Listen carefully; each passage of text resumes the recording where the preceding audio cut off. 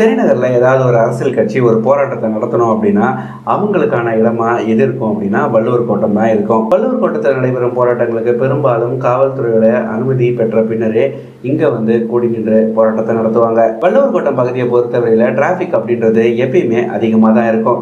அதுவும் இந்த பகுதியில் ஏதாவது ஒரு போராட்டம் அப்படின்னு நடந்துச்சு அப்படின்னா என்டையர் டிராபிக்குமே பிளாக் ஆயிடும். இந்த இடத்துல பெரும்பாலும் யாரை வந்து போராட்டம் நடத்துவாங்க அப்படின்னா அரசியல் கட்சிகள் நடத்துவாங்க, இல்லைன்னா ட்ரேட் யூனியன்ஸ் நடத்துவாங்க.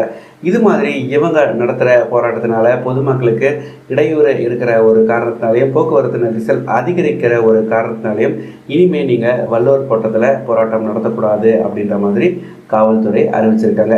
இங்கே போராட்டம் நடத்தக்கூடாது அப்படின்னா நியாயமான முறையில் அனுமதி பெற்று யாரெல்லாம் போராட விரும்புகிறாங்களோ அவங்களுடைய கோரிக்கைகளை முன்வைக்க விரும்புகிறாங்களோ அவங்களுக்கான ஒரு இடத்த ஒன்று அரசாங்கம் கொடுக்கணும்.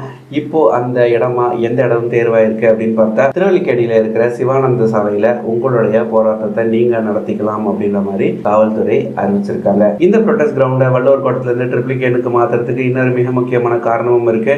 வள்ளுவர் கோட்டம் பகுதியில், அதாவது அந்த ஜங்ஷனில் ஒரு மேம்பால பணிகளும் கூடிய விரைவில் தொடங்க போகிற ஒரு காரணத்தினால இங்கேருந்து ப்ரொடெஸ்ட் கிரவுண்டை சிவானந்த சாலைக்கு மூவ் பண்ணுறதுனால அங்கே வர க்ரௌடை பெட்டராக மேனேஜ் பண்ண முடியும் அப்படின்ற ஒரு எதிர்பார்ப்பையும் இந்த மூவை கவர்மெண்ட் பண்ணியிருக்காங்க. அதுவும் குறிப்பாக காவல்துறை செஞ்சுருக்காங்க.